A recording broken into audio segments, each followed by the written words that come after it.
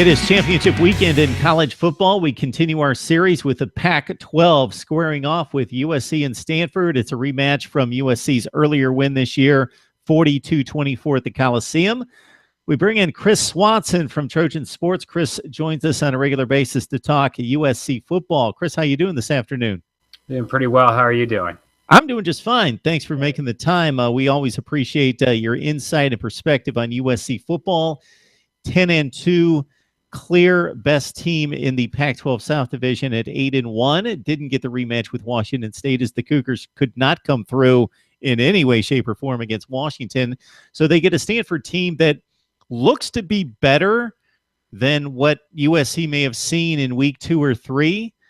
Stanford took apart a pretty good Notre Dame team in the fourth quarter last week, 38-20. Yeah, Stanford looks like a pretty good team. I think that before they played USC, we thought that they could be something that they're not. We thought that they might be, one of the better teams in the country, maybe.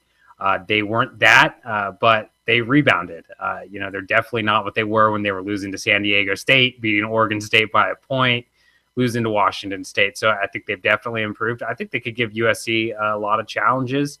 They're a 9-3 football team. USC has had trouble with that upper end of their schedule, the tougher teams. They run the football right at you.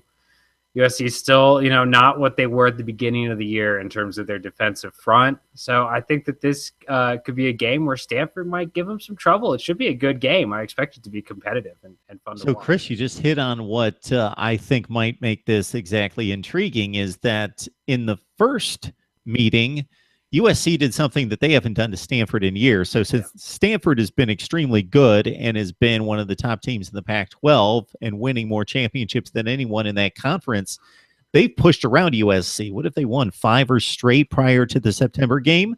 They did it mostly by out-muscling USC, and USC's defense really shut down the ground game, really controlled the line of scrimmage, looked impressive on both sides of the ball in a situation where Stanford's usually being the dominant physical team.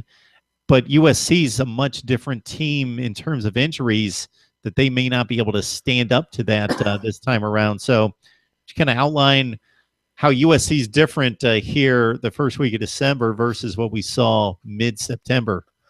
Yeah, I think that their offensive line, first of all, is a little bit different.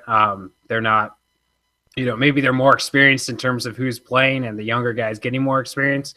But they're not what they were. They're a little bit, they're missing some of their top end guys that I think helped them a bunch in that Stanford game. Their offensive line played great against Stanford.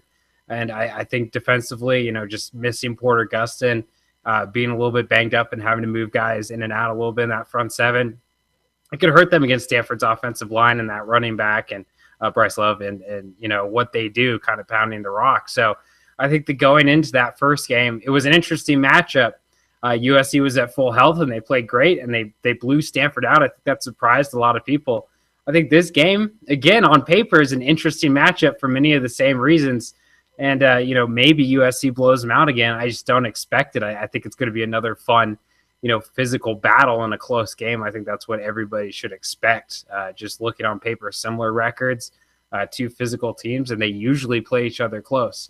The last game was not what normally happens in this series in recent history and years.